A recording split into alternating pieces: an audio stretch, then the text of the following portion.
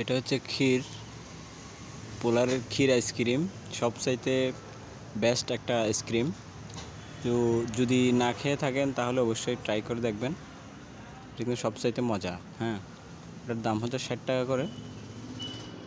তো ভিতরের ফেসটা দেখাই আপনাদেরকে।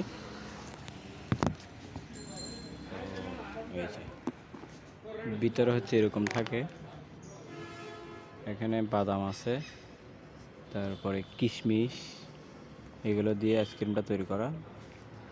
সেম এরকম একটা আছে, ইগলুতে একটা আছে। ইগলুটা এত বেশি একটা সুন্দর নাই বলছে, অনেকে কমেন্ট করছে দেখছি, কিন্তু পোলারটা বেশি স্বাদ, এটা আমাকে মানুষে বলছে। আর কেউ কেউ এরকম দেখতেছি এই কাপের জন্য মানুষ পাগল হয়ে থাকে, এই আইসক্রিমটা খাওয়ার জন্য।